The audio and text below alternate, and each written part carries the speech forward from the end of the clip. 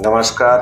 मी सत्यजित चंद्रशेखर कदम की माझ्या गावाने मला जे प्रेम दिलं त्याचंच हे फलित आहे की भारतीय जनता पार्टीने पुन्हा एकदा मला ही संधी दिली आहे. एक मनाशी पक्क ठरवलं होतं निवडून आल्यावर की माझ्या गावातील जनतेने माझ्यावर इतका विश्वास टाकलाय तर जे काही करायचं गावासाठी ते चांगलंच करायचं. एखाद्या विधानसभेतील क्षेत्रात एवढा निधी येत नाही, तेवढा निधी तुम्ही शहरासाठी आणला. नेमकी त्यामागे तुमचं विजन काय होतं? माझं टार्गेट होतं माझ्या गावातील जी विकास कामं रखडलेली आहेत किंवा जे नाविन्यपूर्ण कामं मी करू शकतो ती मला करायची होती. त्यासाठी निधी किती लागतो याचं गणित मी कधीच बघितलं. देवळाली गावात असलेल्या जे काही ओढ्या आहेत त्यातले 50% पेक्षा जास्त ओढ्यांचं खोलीकरण रुंदीकरण आम्ही केलं. आणि मला असं वाटतं, म्हणजे सांगायला मला अभिमान वाटतो, मी चॅलेंजली सांगू शकतो की कमीत कमी 2.25 TMC पाणी हे नुसतं त्याच्या बकेटमध्ये बसतं. माझ्याकडे मुबलक प्रमाणात पाणी माझ्या शेतीसाठी उपलब्ध आहे. हा जो आनंद एखाद्या शेतकऱ्याच्या चेहऱ्यावर दिसतो तो बघण्यातला आनंद हा खूप वेगळा आहे. त्यामुळे ते पोलीस स्टेशनचा जो काही प्रश्न आहे तो अजूनपर्यंत मार्गी लागला नव्हता. आदरणीय मुख्यमंत्री देवेंद्रजी फडणवीस यांच्या माध्यमातून त्याची मंजुरी मिळालेली आहे. मला सांगायला अभिमान वाटतो की यापूर्वी मी 5 वर्ष नगराध्यक्ष असताना आम्ही 5 वर्ष पारितोषिक घेतलं. अगदी राज्य लेवलला नाही तर देश पातळीवरही देवळाली प्रवरा नगर परिषदेला बक्षीस मिळालं. सर नमस्कार. नमस्कार. मी सत्यजित चंद्रशेखर कदम. भारतीय जनता पार्टीने मला पुन्हा एकदा निवडणूक लढण्याची संधी दिलेली आहे. या निमित्ताने मी आपल्या समोर येत आहे. तुम्ही नगराध्यक्ष पदासाठी उभे आहात, काय वाटतं, कशी आव्हाने? नगराध्यक्ष पदासाठी उभा आहे. खरं तर एक विचार केला तर 2016च्या निवडणुकीत मी प्रभागामधून नगरसेवक पदासाठी तयारी करत होतो. योगायोगाने त्यावेळेला लोकनियुक्त नगराध्यक्ष पदाची संधी मला मिळाली आणि त्या निवडणुकीत माझ्या गावाने मला भरघोस प्रेम दिलं. माझ्याबरोबर माझ्या 18 पैकी 16 सहकाऱ्यांना निवडून दिलं. आणि हे सगळं झाल्यानंतर 5 वर्ष जे काही मला काम करण्याची संधी मिळाली त्यामध्ये मला असं वाटतं की आतापर्यंतच्या काळात कोणत्याही पंचवार्षिक मध्ये जेवढी कामं झाली नाहीत तेवढी कामं मी माझ्या या कार्यकाळात करू शकलो. आणि आत्ताच्या निवडणुकीबाबत सांगायचं झालं तर खरं तर मागच्या वेळेला जनरल जागा निघाली होती, त्यामुळे असं अपेक्षित होतं की यावेळी महिलाचं आरक्षण या ठिकाणी निघेल. परंतु योगायोगाने पुन्हा एकदा ती जागा जनरलला आली आणि माझं काम मागच्या 5 वर्षांचं आणि गावासाठी असलेलं विजन या सगळ्याचा विचार करता भारतीय जनता पार्टीने पुन्हा एकदा मला संधी दिली. त्याबद्दल मी असं सांगेल की माझ्या गावाने मला जे प्रेम दिलं त्याचंच हे फलित आहे की भारतीय जनता पार्टीने पुन्हा एकदा मला ही संधी दिलेली आहे. काय वाटतं, निवडणूक सोपी की अवघड आहे? निवडणूक सोपी की अवघड तर माझं या प्रश्नाला उत्तर असं असेल, कोणतीच निवडणूक ही सोपी नसते. परंतु आपण केलेल्या कामाचा आणि आपल्या वाटचालीचा, आपण लोकांच्या मदतीसाठी जे जातो किंवा आपण सामाजिक काम करतो, आपण विकास कामं करतो, आपण सत्तेच्या माध्यमातून पदाच्या माध्यमातून जी विकास कामं करतो त्याच्या अनुषंगाने निवडणूक ही लढली जाते. त्यामुळे मला एक कॉन्फिडन्स वाटतो की कदाचित ही निवडणूक एकतर्फीच आहे की काय, ही माझ्या मनात अगदी शंका मांडण्यापेक्षा मला पक्की खात्री आहे. माझ्या गावावर, माझ्या सगळ्या लोकांवर माझा हा विश्वास आहे की माझी लोक मला प्रचंड बहुमताने निवडून देतील. आता तुमच्या सर्वसामान्य जनतेसोबत सुद्धा गाठीभेटी चालू आहेत. कसा आहे एकंदरीत प्रतिसाद, कसा वाटतो तुम्हाला? मी अजून प्रचाराला तशी खऱ्या अर्थानं सुरुवात केलेली नाही, परंतु काही प्रमुख लोकांच्या गाठीभेटी घेतल्या आणि खरं तर ज्या भागात जातोय त्या भागात मी उमेदवार म्हणून गेल्यावरती मला हा प्रश्न येतो, दादा तुमचा आमच्यावर विश्वास नाही का? त्याचं कारण की बऱ्याचदा नेते मंडळींच्या बाबतीत, लोकप्रतिनिधींच्या बाबतीत एक असतं की निवडणुकीच्या वेळेला ते आले, नंतर 5 वर्ष आमच्याकडे डुंकूनही बघितलं नाही. परंतु मला असं वाटतं की मी माझा 5 वर्षाचा कार्यकाळ असेल किंवा त्याच्यानंतरची 4 वर्ष प्रशासकाचा कार्यकाळ असेल, या 9 वर्षांच्या काळात गावासाठी जिथे कुठे गरज असेल, ज्या ठिकाणी मला अडचणींचा निरोप मिळेल, कुठेतरी कोणाला तरी मदतीची गरज आहे हे कळेल, कुठल्याही कामाबाबत लोक माझ्याकडे येतील, त्यावेळेस मी प्रत्येक वेळी लोकांसाठी गेलेलो आहे, हजर राहिलेलो आहे. त्यामुळे मला असं वाटतं की निवडणूक ही 4 दिवसाची असते, परंतु आपण केलेल्या 5 वर्षाच्या, मी तर म्हणतो आता माझ्यासाठी 9 वर्षाचा कार्यकाळ जो काही गेलाय त्याचा फलित म्हणून ही निवडणुकीचा निकाल असणार आहे. आता तुमच्या गाठीभेटी चालू आहेत, काही जनतेकडून पण प्रश्न येत असतील तुम्हाला. जनतेकडून प्रश्न येतात का, तर हो येतात. काय झालं की 5 वर्ष मला काम करण्याची संधी मिळाली आणि आमची टर्म संपल्यानंतर काही कारणांनी निवडणुका लांबत गेल्या. जवळपास ही पुढची एक पंचवार्षिक, कारण 4 वर्ष आता कंप्लीट होत आहेत डिसेंबर एंडला. त्यामुळे 4 वर्षाच्या या प्रशासकांच्या काळात बरीचशी कामं ही अधुरी राहिली किंवा पेंडिंग पडली किंवा होऊ शकली नाही. आणि लोक कामं घेऊन येतात, अपेक्षा असतात, परंतु पदावर नसल्यामुळं आम्हालाही काही ठिकाणी थोड्याफार अडचणी येतात किंवा कामं करता येत नाहीत. आणि त्यावेळेस लोकांचं हे म्हणणं असतं, दादा आम्ही तुम्हाला नगराध्यक्ष म्हणूनच बघतो, आणि योगायोगाने ती संधी पुन्हा एकदा मिळते. तर लोकांचे थोडेफार प्रश्न येतातही, कारण आजची परिस्थिती जर बघितली तर रस्त्यांची दुरावस्था झालेली आहे. काही प्रोजेक्ट्स की जसं की आम्ही स्विमिंग टँकचं काम चालू केलं होतं, परंतु काही निधी हा जास्त प्रमाणात अपेक्षित होता जो मिळू शकला नाही. मध्ये सरकारही बदललं, त्यानंतर अनेक घडामोडी घडल्या. या सगळ्या याच्यात आमचं ते काम जवळपास 5 वर्ष होत आली की रखडलं. त्याचबरोबर अगदी रस्त्यांची बऱ्याचशा भागात इतकी दुरावस्था झालेली आहे आणि देवळालीकरांना ही खूप चांगल्या पद्धतीची एक रस्त्यांची किंवा पाण्याची ही सुविधा आपल्याला सहज सोपी उपलब्ध झालेली आहे, याची सवय लागलेली आहे. त्यामुळं बऱ्याचशा भागात गेलं की मूळतः रस्त्यांच्या, आणि दुसरी गोष्ट की देवळाली प्रवरा शहर जरी असलं तरी बऱ्याचशा भागात शेत जमीन जास्त आहे. मुख्य धंदा, मुख्य व्यवसाय हा शेती आणि दुग्ध व्यवसाय आहे. त्यामुळे शेती आणि ऊसाचं उत्पन्न जास्त असल्यामुळे या भागात बिबट्यांचं प्रमाण वाढलंय. त्यामुळे लोकांच्या मध्ये आता आपण बघितलं तर जिल्हाभरात नाही, महाराष्ट्रभरात हा बिबट्यांचा मुद्दा गाजतोय.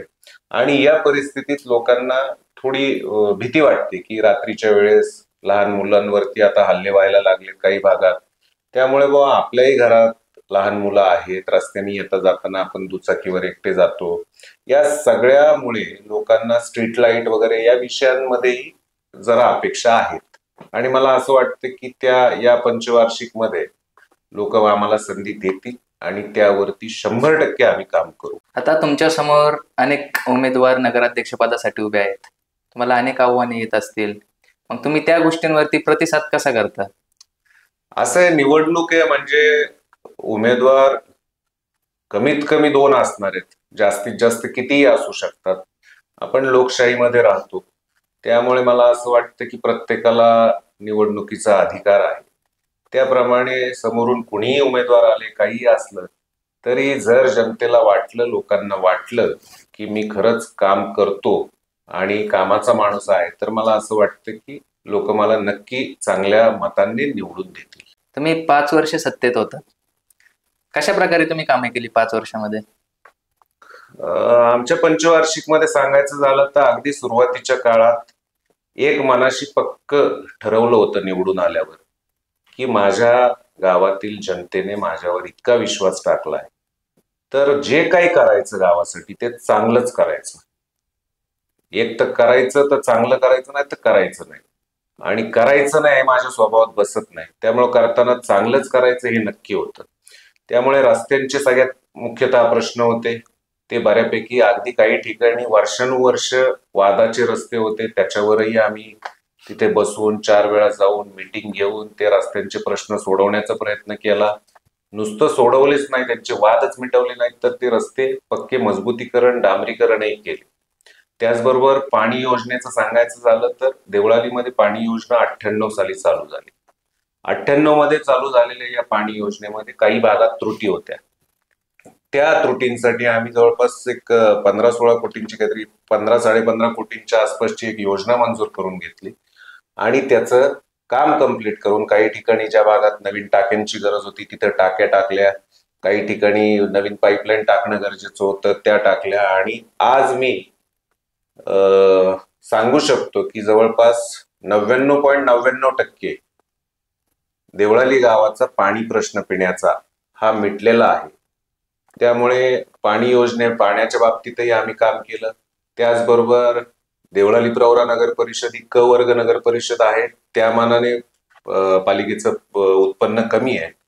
त्यामुळे जे लाईट बिलांवरती खर्च होणारा पैसा आहे त्याच्यासाठी आम्ही सौर ऊर्जेचा वापर करायचा ठरवला आणि देवळाली गावातल्या जवळपास पालिका असेल, मग पालिकेचे वेगवेगळे वाचनालय किंवा बाकीचे बिल्डिंग्स असतील, या ठिकाणी सौर ऊर्जेचे प्रकल्प छोटे छोटे उभे करून अगदी स्ट्रीट लाईट पासून ते पालिकेच्या बिल्डिंग्स पासून या सगळ्याचा लाईटच्या बिलांचा खर्च हा कमी करण्याचा आम्ही प्रयत्न केला. हे काम कसं आहे की हे एकदा केलं तर हे वर्षानुवर्ष चालत राहणारं काम आहे, त्यामुळे आम्ही त्याच्यावरती लक्ष दिलं. अगदी शैक्षणिक बाबतीत सांगायचं झालं तर देवळाली प्रवरा हे शहर असं आहे की साधारणतः 2011ची लोकसंख्या 30,000 होती. राहुरी कारखाना त्यावेळेस सुस्थितीत होता. राहुरी कारखाना बंद पडला, तो अडचणीत आला, त्यामुळे आर्थिक दृष्ट्या देवळाली थोडी कमजोर व्हायला लागली आणि इथून शिक्षण घेणारी जी काही मुलं होती त्यांना पुढे स्पर्धा परीक्षांसाठी चांगली संधी मिळावी यासाठी आम्ही आमच्या वाचनालयाची व्यवस्था बदलली. आम्ही अत्याधुनिक वाचनालय तिथे उभं केलं आणि त्याच माध्यमातून जे विद्यार्थी स्पर्धा परीक्षांची तयारी करतात त्यांच्यासाठी कुठलंही पुस्तक पाहिजे असेल तर अर्ज केल्यावर 30 दिवसाच्या आत ते पुस्तक त्या लायब्ररीत उपलब्ध झालं पाहिजे, अशी व्यवस्था आम्ही लावून दिली. असे अनेक काम मला सांगता येतील. एखाद्या विधानसभेतील क्षेत्रात एवढा निधी येत नाही, तेवढा निधी तुम्ही शहरासाठी आणला, नेमकी त्यामागे तुमचं विजन काय होतं? एखाद्या विधानसभेत येत नाही एवढा निधी गावात आणायचं हे माझं टार्गेटच नव्हतं. माझं टार्गेट होतं माझ्या गावातील जी विकास कामं रखडलेली आहेत किंवा जे नाविन्यपूर्ण कामं मी करू शकतो ती मला करायची होती. त्यासाठी निधी किती लागतो याचं गणित मी कधीच बघितलं नाही. फक्त एकच मनाशी जे ठरवलं होतं, जे करायचं ते चांगलं करायचं. त्या अनुषंगाने काम करताना मला असं वाटतं की तो निधी जो काही मिळत गेला तो कदाचित एखाद्या विधानसभा क्षेत्रापेक्षा जास्तीचा झाला. याच्याच बरोबर सांगायचं झालं तर प्रत्येक निधी हा शासनाकडूनच आणला किंवा शासनाच्या निधीवरच सगळी कामं केली असंही नाही. आमच्या अगदी सोसायटी डेपो आहे आमच्या इथे, तिथल्या चौकामध्ये माझ्या आजोबांचा पुतळा आहे. तर त्या पुतळ्याच्या इथलं सुशोभीकरण असेल किंवा आमची देवळाली प्रवरा सोसायटी जिला 100हून अधिक वर्ष झालेली आहेत, त्या सोसायटीचं मुख्य प्रवेशद्वार असेल, याचं सुशोभीकरण जवळपास 1 कोटी रुपये त्याला खर्च झाला. हे आम्ही कदम कुटुंबियांच्या माध्यमातून काम केलं. त्याच्याच बरोबर जलयुक्त शिवार ही योजना शासनाची आली होती आणि त्या योजनेमध्ये आपल्या ओढ्या नाल्यांचं खोलीकरण रुंदीकरण व्हावं असं मला वाटत होतं. त्यासाठी आम्ही खूप प्रयत्न केले. त्या योजनेमध्ये काही तांत्रिक अडचणीमुळे ते बसू शकलं नाही. त्याच्यानंतर आम्ही नदीजोड प्रकल्पामध्ये त्यात काही घेता येतं का हाही प्रयत्न केला, परंतु त्यातूनही ते काम करता आलं नाही. परंतु गावासाठी मी एक 2016च्या निवडणुकीत शब्द दिला होता की जसं भाऊंनी पिण्याच्या पाण्याचा प्रश्न मिटवला तसं मी शेतीच्या पाण्यासाठी काहीतरी नक्की करेल. तो पाण्याचा प्रश्न मिटवण्याचा मी प्रयत्न करेल आणि त्यासाठी ही जलयुक्त शिवार योजना राबवण्याचं माझं टार्गेट होतं. परंतु ते न होऊ शकल्यावर आम्ही आमच्या फाउंडेशनच्या माध्यमातून, रायश्री कदम प्रतिष्ठानच्या माध्यमातून मशीन लोकार्पण करून देवळाली गावात असलेल्या जे काही ओढ्या आहेत त्यातले 50% पेक्षा जास्त ओढ्यांचं खोलीकरण रुंदीकरण आम्ही केलं. आणि मला असं वाटतं, म्हणजे सांगायला मला अभिमान वाटतो, मी चॅलेंजली सांगू शकतो की कमीत कमी 2.25 TMC पाणी हे नुसतं त्याच्या बकेटमध्ये बसतं. त्याचं पर्क्युलेशन जे काय होतं, त्याच्यात जे काय साठवण होते, त्याची पूर्ण क्षमता जर बघितली तर भंडारदरा धरण जे काय आहे त्याच्या 1/3 पाणी साठा हा देवळाली गावात या ओढ्या नाल्यांच्या खोलीकरणामुळे व्हायला लागलेला आहे. आणि त्याचं फलित असं आहे की पूर्वी, म्हणजे मी माझा स्वतःचा अनुभव सांगतो, मी शेतकरी कुटुंबातला आहे. मी एक बोर घेतला आणि तो बोर घेत असताना 200-250 फुटावर तर साधारणतः आमच्या भागात पाणी लागतं. त्याला पाणी लागलं नाही. मी 450 फुटापर्यंत त्या बोरला खाली खोली घेतली, परंतु तो बोर कोरडा गेला होता. आणि ही जलसंधारणची कामं झाल्यानंतर तीच ग्राउंड लेवल आज मला असं वाटतं की देवळाली गावाच्या कुठल्याही भागात गेलं तर साधारण 30 ते 40 फुटापासून पाण्याला सुरुवात होते. एवढा फरक हा या जलसंधारणाच्या माध्यमातून झालाय, ज्याचा इनडायरेक्टली किंवा डायरेक्टली फायदा हा सगळ्या शेतकऱ्यांना होतो. जलतरण तलाव पूर्ण न झाल्याचा मुद्दा निवडणुकीत गाजू शकतो का? असं आहे, जलतरण तलाव एकतर क वर्ग नगर परिषदांमध्ये माझ्या मते नगर जिल्ह्यात कुठेच जलतरण तलाव म्हणजे स्विमिंग टँक नव्हता, परंतु तो आपल्या इथे व्हावा ही मला वैयक्तिक इच्छा होती आणि त्याबाबत मी माझ्या सहकाऱ्यांशी चर्चा केली आणि त्यानंतर तो निधी कसा मिळवायचा, त्याला कुठल्या जागेवर करायचं, हे सगळं ठरल्यानंतर तो निधी मिळवला. परंतु जे करायचं ते चांगलंच करायचं, त्यामुळे जो निधी मिळाला होता तो थोडा मला अपुरा वाटला.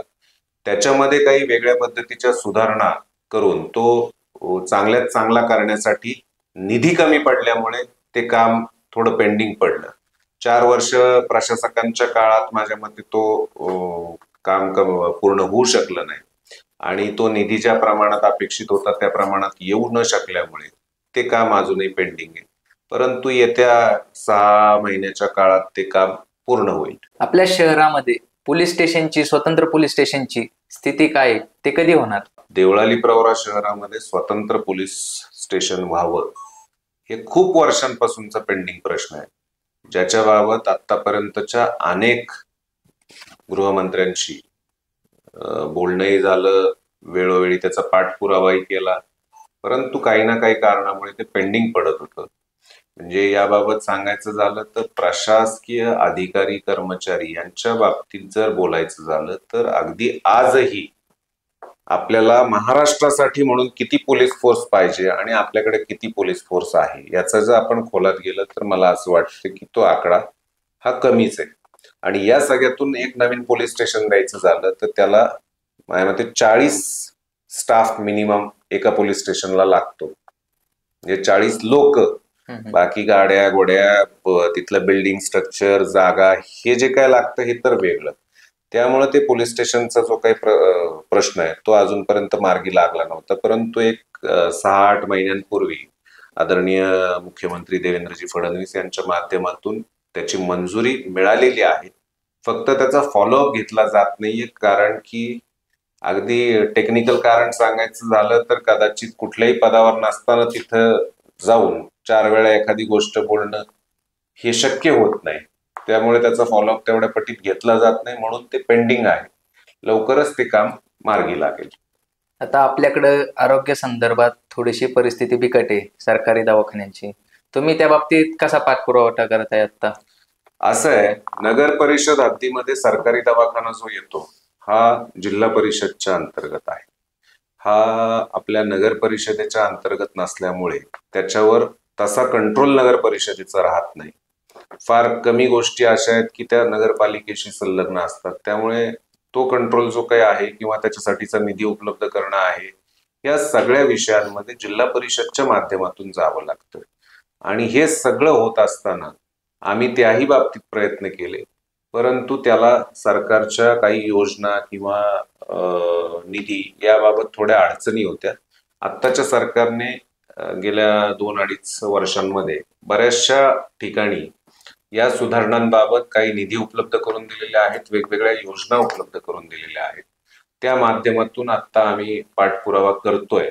आतापर्यंत 2-3 वेळा त्याबाबत बोलणं झालंय आणि मला असं वाटतं की त्याही सुविधा देवळाली प्रवरामध्ये येत्या 1.5 वर्षात ते 2 वर्षात मंजूर होऊन कंप्लीट होतील. तुम्ही सत्तेत असताना जलसंधारणची भरपूर कामं झालेली आहेत, त्याचा काही फायदा झालाय का? मी आपल्याला मगाशी सांगितलं की जलयुक्त शिवार ही योजना आम्हाला राबवायची होती. म्हणजे 2016ला मी नगराध्यक्ष झाल्यावर अगदी त्याच्या पहिल्यापासून सांगायचं झालं तर सन्माननीय राम शिंदे साहेब हे त्यावेळेस मंत्री होते आणि हे जलयुक्त शिवार योजनेचं जे काही खातं होतं जलसंधारण हे त्यांच्याकडे होतं आणि तेच नगर जिल्ह्याचे पालकमंत्री होते. पालकमंत्री आपल्या एवढ्या जवळचे त्यांच्याकडे खातं आहे म्हणून आम्ही कदाचित त्यावेळेस खूप अपेक्षा ठेवल्या होत्या की जलयुक्त शिवार ही योजना आपल्याकडेही राबवता येईल. परंतु त्यातल्या तांत्रिक अडचणी होत्या. एक तर पहिली गोष्ट ती शहरी भागासाठी नव्हती, ती ग्रामीण भागासाठी होती. शिंदे साहेबांच्या माध्यमातून त्यांच्याशी बोलून चर्चा करून पाठपुरावा करून क वर्ग नगर परिषदांचा समावेश आम्ही त्यामध्ये करून घेतला.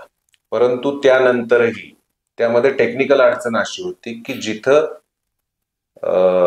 15% कमी इरिगेशन आहे, म्हणजे आपलं कॅनॉल व्यवस्था वगैरे जी आपण म्हणतो, ही 15% कमी अशाच भागामध्ये त्या योजना लागू केल्या गेल्या होत्या.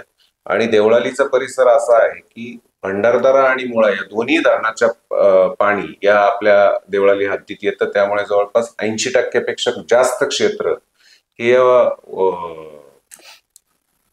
कॅनॉल आणि याच्या माध्यमातून ओलिताखाली आहे. त्यामुळे ती योजना राबवू शकलो नाही. मग त्यातून आम्ही नदीजोड प्रकल्पासाठी प्रयत्न केले, तेही नाही होऊ शकलं. त्याच्यानंतर आम्ही आमच्या फाउंडेशन आणि राष्ट्रीय कदम प्रतिष्ठानच्या माध्यमातून या कामाची सुरुवात केली. त्याला आम्ही मशिनरी जी काय होती ती राष्ट्रीय कदम प्रतिष्ठानच्या माध्यमातून दिली आणि ते लोकांच्या सहभागातून ते काम व्हावं, जेणेकरून लोकांना त्याची जाणीव राहावी आणि लोकांना त्याचा फायदा आपल्यालाच घ्यायचा आहे हे मनात असावं, म्हणून आम्ही त्याची सुरुवात केली. आणि जवळपास देवळालीमध्ये असलेले निम्म्यापेक्षा जास्त ओढे नाले याचं खोलीकरण, रुंदीकरण आम्ही केलं. आणि हे सगळं केल्यानंतर म्हणजे मी काहीतरी बोलण्यापेक्षा आपण जर कुठल्याही शेतकऱ्याशी हे चर्चा केली किंवा कुठल्याही शेतकऱ्याचा अगदी बाजार तळावर जर हा विषय निघाला तर याचं एक उदाहरण मी आपल्याला सांगू शकतो. म्हणजे शेतकरी वर्गातून त्याबाबत खूप उत्स्फूर्त प्रतिसाद आणि उत्स्फूर्त चांगल्या प्रतिक्रिया आहेत. म्हणजे यावर्षी तर काही विहिरी पडल्या आणि शेतकऱ्यांचं म्हणणं असं आलं की कोणी विहीर पडली म्हणून नाराज नाही झाला, तर त्यांनी हे बोलून दाखवलं की दादा आमची विहीर पडली, पण पूर्वी विहिरीला कधी पाण्याची सवयच नव्हती, आता ती इतकं पाणी व्हायला लागले की आता विहीर पडली.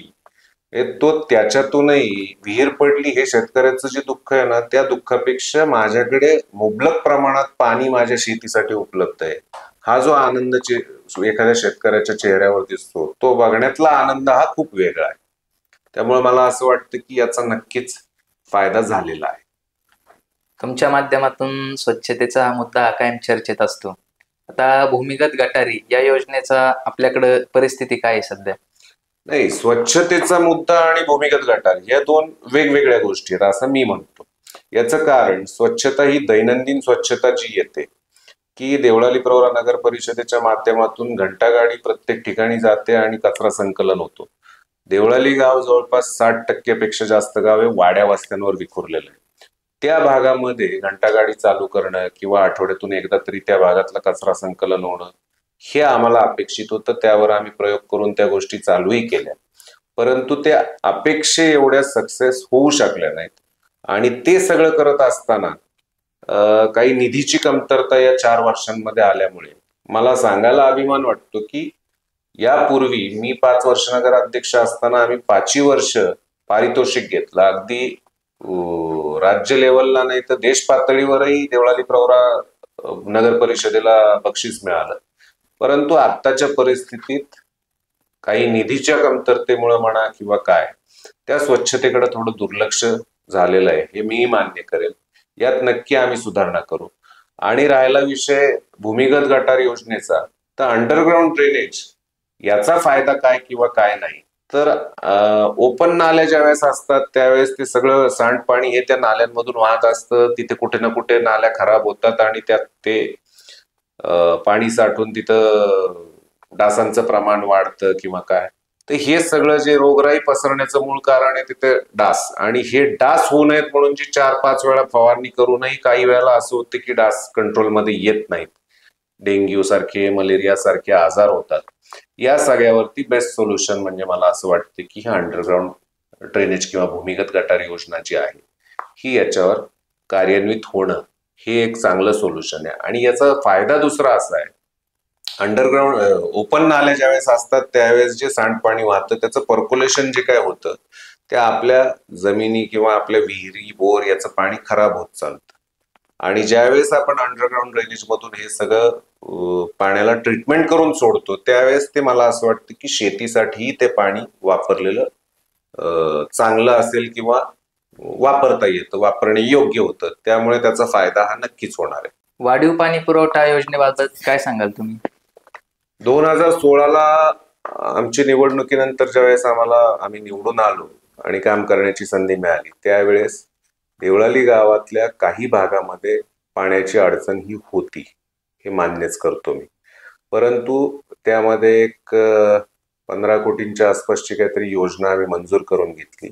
काही ठिकाणी पाण्याच्या टाक्या बांधणं गरजेचं होतं, त्या टाक्या बांधल्या. काही ठिकाणी पाण्याच्या लाईन्स टाकणं गरजेचं होतं, त्या टाकल्या.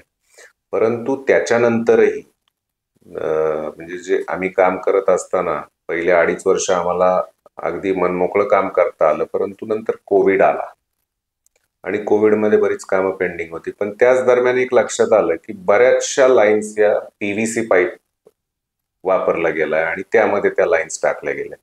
तर त्याच्यासाठीही आम्ही आता नवीन अजून पाणी पुरवठा योजना एक मंजुरीसाठी दिलेली आहे. साधारणतः 98 साली चालू झालेली आमची योजना, जिला मुळा डॅम पासून देवळालीपर्यंत पाईपलाईन केली गेलेली आणि या पाईपलाईनचं लाईफ हे 25 वर्षाचं होतं. मला असं वाटतं की 98 साली चालू झाली, आता 2025 आहे, म्हणजे जवळपास 27 वर्ष त्या लाईनला झालेत. अगदी प्रशासकाच्या काळात 3 ते 4 वेळा ती लाईन फुटली होती आणि त्यावेळेस नैतिक जबाबदारी म्हणून, मी त्यावेळेस नगराध्यक्षही नव्हतो, त्यावेळेस तर प्रशासकांचा काळ होता, परंतु माझ्या गावाचा पाणी पुरवठा बंद झाल्यावरती नुसते माणसांचेच नाही तर इथं असलेल्या जनावरांचेही हाल होतात, याची जाणीव ठेवून नैतिक जबाबदारी म्हणून त्यात लक्ष घालून आम्ही ते वेळेत, म्हणजे अगदी एकदा तर असं झालं होतं 3-4 दिवस पाणी पुरवठा बंद राहिला होता, पण प्रयत्नपूर्वक ती योजना आम्ही पाईपलाईनचं काम वेळेत करून ती चालू करण्याचा प्रयत्न केला. त्यामुळे ती पाईपलाईन नवीन करणं गरजेचं आहे. त्याचबरोबर जवळपास देवळाली भागातल्या 150 किलोमीटरच्या नवीन लाईन्स संपूर्ण गावभरात टाकणं हे गरजेचं आहे. वाड्या वस्त्यांवरती गाव विखुरल्यामुळे तेवढ्या लाईन्सची गरज आहे. त्याचबरोबर या पाणी योजनेसाठी लाईट बिल हे खूप प्रमाणात येतं पंपिंगचं, तर ते कसं कमी करता येईल, त्याही बाबतीत आम्ही सौर ऊर्जा आणि याचा वापर करून ते कमी करायचं असं एक ठरवलेलं आहे. त्याही बाबतीत आमचं कामकाज चालू आहे. फक्त प्रशासकाच्या काळात या कामाला थोडं, मी असं म्हणेल की स्लो झालं, गती थंडावली. एकदा मला विश्वास आहे की आमची लोक आम्हाला चांगल्या बहुमताने सर्वच्या सर्व जागा निवडून देतील आणि निवडून आल्यानंतर मी माझ्या गावासाठी, माझ्या सगळ्या गावकऱ्यांसाठी या सगळ्या योजना नक्की मार्गी लावेल हा मला विश्वास आहे.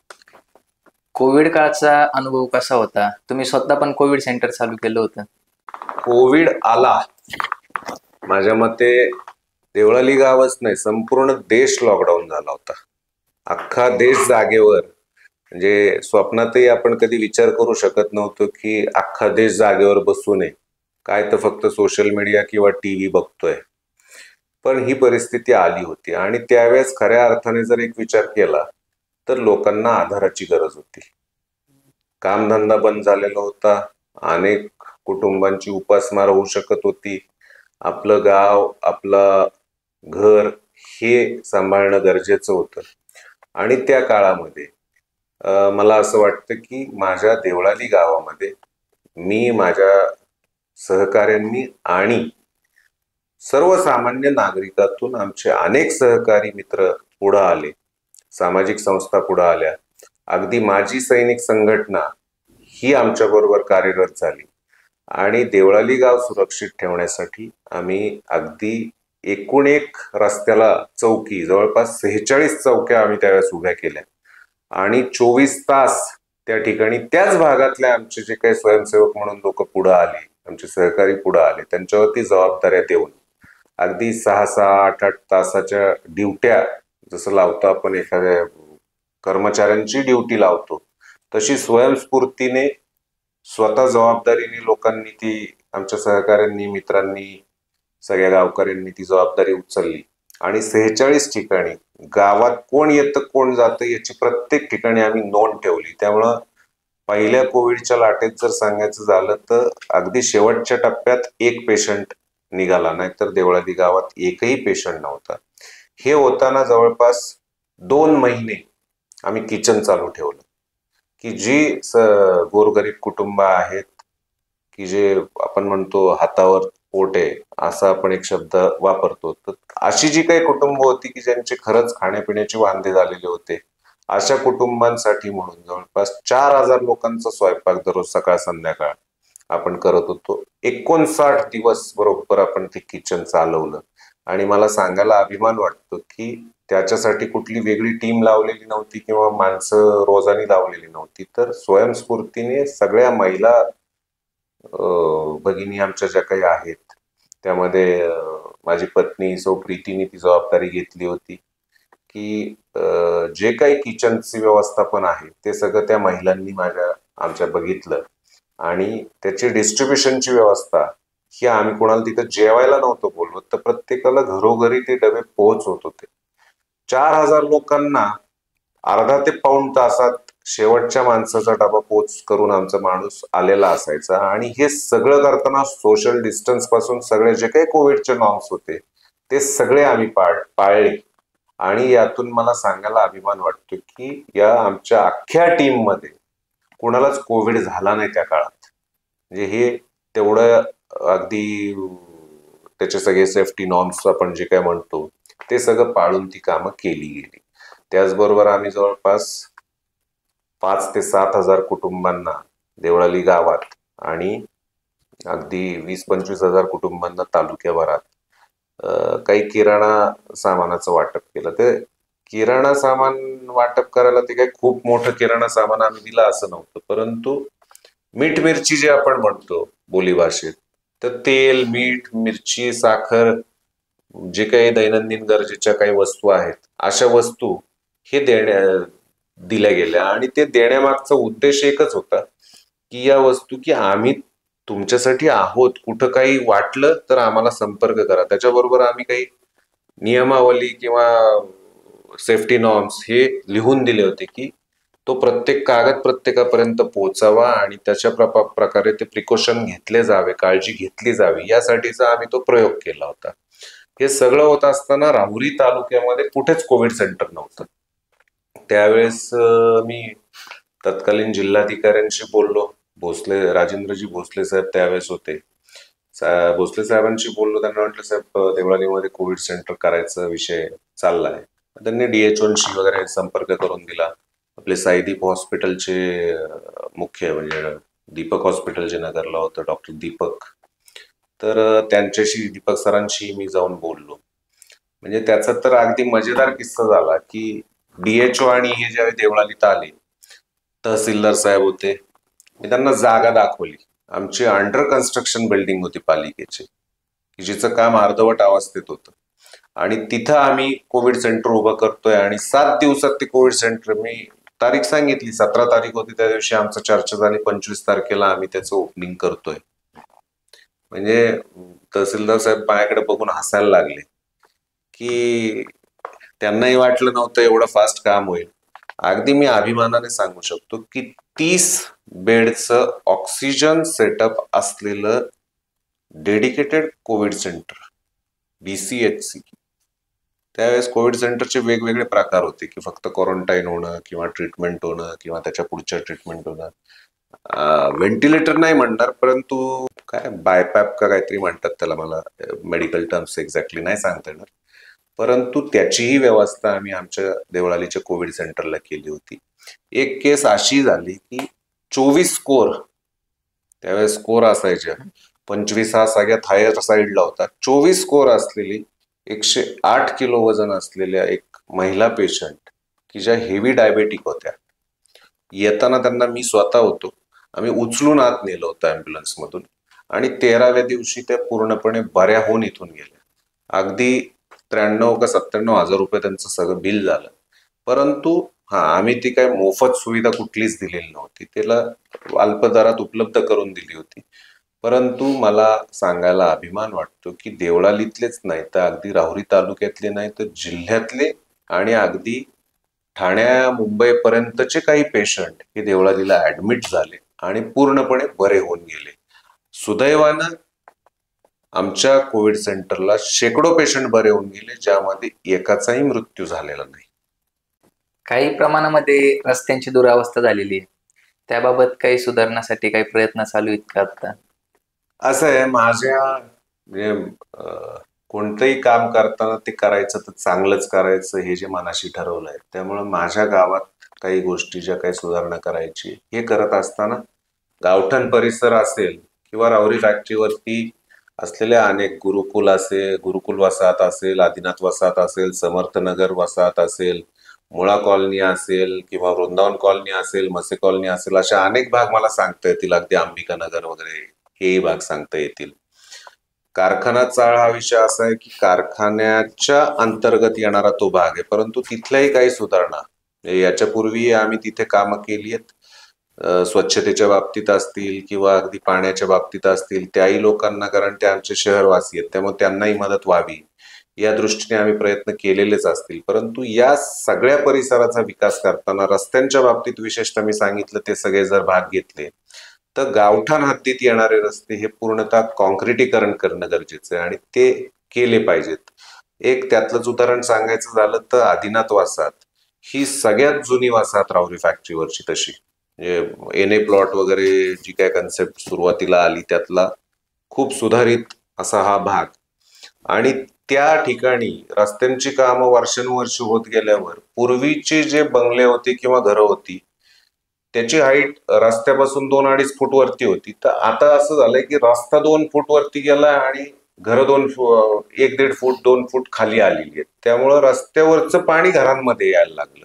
मग या ज्या अडचणी आहेत याच्यावरती कसा मार्ग काढायचा, तर तिथला रस्ता पूर्णतः काढून तो 2-2.5 फुटांनी खाली गेला पाहिजे आणि तरच त्याचा उपयोग तिथल्या लोकांना, रहिवाशांना होणार आहे. त्यामुळे कदाचित ते काम मागच्या 5 वर्षात आमच्याकडून राहून गेलं. परंतु हे सगळं सुधारणा करताना तिथं कशा पद्धतीने काम केलं पाहिजे, काय केलं पाहिजे याचे कदाचित आम्ही प्लॅनिंगला सुरुवातही केलेली. काही करून ठेवलेलं होतं ते पुढं जाऊ शकलं नाही. काही गोष्टी तयार आहेत, काही गोष्टी तयार करायच्यात आणि हे सगळं करून वाड्या वस्त्यांवरचे जे रस्ते आहेत त्याची कॅपॅसिटी ग्रामीण भागात किंवा शहरी भागात वर्ग नगर परिषदांच्या सारख्या ठिकाणी कुठलाही रस्ता बनवताना त्याची कॅपॅसिटी थोडी कमी पकडली जाते. 20 टन 30 टन याच्यावरती कॅपॅसिटी पकडली जात नाही. परंतु वस्तुस्थिती ही आहे देवळालीमध्ये की शहर जरी म्हणतो आपण देवळाली प्रवरा नगर परिषदेत तरीही हा ग्रामीण भाग आहे तसा, कारण वाड्या वस्त्यांवर विखुरलेलं हे शहर आहे आणि शेत जमीन किंवा शेती हा इथला मूळ व्यवसाय. त्यामध्ये ऊसाचं उत्पादन हे सगळ्यात जास्त आहे. त्यामुळे एखादी पूर्वी राहुरी कारखाना चालू असताना बैलगाडीने वाहतूक व्हायची, 4-5 टनाच्या वर गाडीचं वजन नसायचं. परंतु राहुरी कारखाना अडचणीत आल्यावरती बाहेरचे कारखाने ज्यावेळेस इथून ऊस न्यायला लागले, आता तर 12 टायर गाड्याच शक्यतो बऱ्याचशा कारखान्यांच्या आहेत आणि 12 टायर एका गाडीचं वजन, एका गाडीत जातो माल 30 टनाच्या आसपास आणि गाडीचं अंगचं वजन 12 ते 15 टनापर्यंत येतं. म्हणजे कमीत कमी 40 टन हे त्या रस्त्यावरून वाहतूक होते ज्याची कॅपॅसिटी आहे 20 टन. त्यामुळे रस्त्यांची जी काही दुरावस्था होते याबाबत त्या जे काही त्याचे एस्टिमेट बनवले जातात त्यामध्ये बदल करून टेक्निकली तो रस्ता 50 टनाच्या वरती लोड वाहू शकेल अशा पद्धतीने बनवला गेला तर मला असं वाटतं की ते रस्ते भविष्यात टिकणार आहे. त्यामुळे तशाच पद्धतीने काम करायचं हे आमचं ठरलेलं आहे. राहुरी फॅक्टरी स्मशानभूमी हा खूप वर्षांपासून प्रलंबित प्रश्न होता, तर मी तो कशा पद्धतीने ते काम पूर्ण केलं? राहुरी फॅक्टरीला काय आहे की राहुरी फॅक्टरीचा जो भाग आहे तो हायवेच्या अलीकडे आणि पलीकडे असा विभाग, म्हणजे दक्षिण आणि उत्तर अशा 2 याच्यात तो विभागला गेलाय. नगर मनमाड हायवेची डावी बाजू उजवी बाजू असंही म्हणू शकतो आपण. तर यामध्ये देवळाली गावाच्या साईडचा जो परिसर आहे तर त्यामध्ये राहुरी कारखाना चाळ हा पूर्वीचा सगळ्यात गजबजलेला भाग आणि राहुरी कारखान्याच्या चाळीच्या अनुषंगाने किंवा तिथल्या परिसराच्या अनुषंगाने कारखान्याच्या जागेतच एक स्मशानभूमी होती. तर त्या स्मशानभूमीची इतकी दुरावस्था झालेली होती की त्याच्यावरती कारखाना सुस्थितीत असताना कारखान्याच्या माध्यमातून त्याचा मेंटेनन्स केला जायचा. परंतु कारखाना जसा बंद पडला किंवा कारखाना जसा अडचणीत येत गेला तसं तिथल्या सुधारणा होऊ शकल्या नाहीत, तिथं मेंटेनन्स होऊ शकला नाही. त्यामुळे त्याची इतकी जी काही दुरावस्था झाली होती तिथल्या लोकांचं सगळ्यांची मागणी होती की त्याचं काम दादा झालं पाहिजे. 2016च्या निवडणुकीत मी त्या भागातल्या लोकांना शब्द दिला की मी हे काम करेल. आणि नंतरही आमच्या तिथं काही बैठका झाल्या, काही लोक तिथले पालिकेतही आले की दादा तुम्ही त्यावेळेस शब्द दिला होता आणि ते काम होणं गरजेचं आहे. ज्या वेळेस त्याच्या कामाला कशा पद्धतीने ते करायचं तर मंजुरीसाठी पाठवायचं, त्यावेळेस टेक्निकल अडचण त्याच्यातली लक्षात आली की ती जागा एकतर पालिकेची नाही, ती कारखान्याच्या मालकीची. कारखाना अडचणीत येऊन बँकेने जप्त केलेला होता, त्यामुळे ते बँकेच्या ताब्यात. मग या सगळ्या अडचणीतून त्या स्मशानभूमीचं काम करायला परवानगी घ्यायची झाली तर तांत्रिक अडचणी त्यात येत होत्या. आम्ही जिल्हाधिकाऱ्यांकडे गेलो, जिथं जिल्हाधिकारी साहेबांना सांगितलं, म्हटलं साहेब अशी अशी अडचण आहे. ते म्हटले ती इथं नाही होऊ शकत. म्हणजे काम खूप मोठं होतं का? तर काम मोठं नव्हतं, परंतु ते होणं गरजेचं होतं. त्यासाठी अगदी त्या कामाची फाईल ही मंत्रालयापर्यंत गेली आणि मंत्रालयापर्यंत जाऊनही काम होत नाही म्हटल्यावरती परत वरतून आदेश आले की कलेक्टर लेवललाच त्याचा निर्णय व्हायला पाहिजे. त्याप्रमाणे तत्कालीन जिल्हाधिकारी महोदयांच्या समोर बसून, माझ्या मते राहुलजी द्विवेदी त्यावेळेस कलेक्टर होते, द्विवेदी साहेबांकडे बसलो. अगदी चर्चेतून आम्ही काही अधिकाऱ्यांची चर्चा केली, बऱ्याच गोष्टी डिस्कशन्स केले. मग टेक्निकल सल्ला झाल्यानंतर त्यात वकिली सल्ला पण घेतला गेला की कायद्यात कसं बसवायचं. त्यासाठी कायद्याच्या वकिलांचे सल्ले ज्यावेळेस आम्ही घेतले त्यावेळेस त्यातून मार्ग निघण्यासाठी एक असं झालं की कोणत्याही समाजाची स्मशानभूमी ही तिथल्या स्थानिक स्वराज्य संस्थेच्या अंतर्गत असावी, असा एक नियम आहे. आणि त्या नियमाचा आधार घेत माननीय जिल्हाधिकारी साहेबांनी आम्हाला त्यावेळेस खूप सहकार्य केलं आणि त्या पद्धतीने ते काम मंजूर करून एक खरंच सुस्थितीत आणण्याची किंवा चांगल्यात चांगलं काम करून ती स्मशानभूमी आम्ही डेव्हलप केली.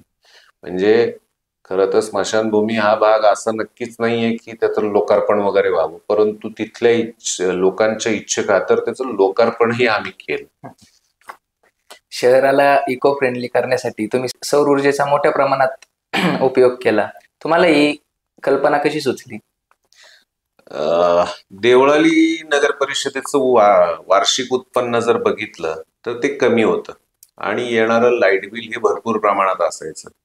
मग त्याला काय करता येईल तर त्यावेळेसही आदरणीय देवेंद्रजी फडणवीस साहेब हे मुख्यमंत्री होते आणि नाविन्यपूर्ण काहीतरी काम करणं किंवा त्या अनुषंगाने विचार करणं हे त्यांच्याही विचारांमध्ये होतं. त्याचबरोबर बावनकुळे साहेब त्यावेळेस ऊर्जा मंत्री होते. बावनकुळे साहेबांचे माझेही संबंध चांगले होते.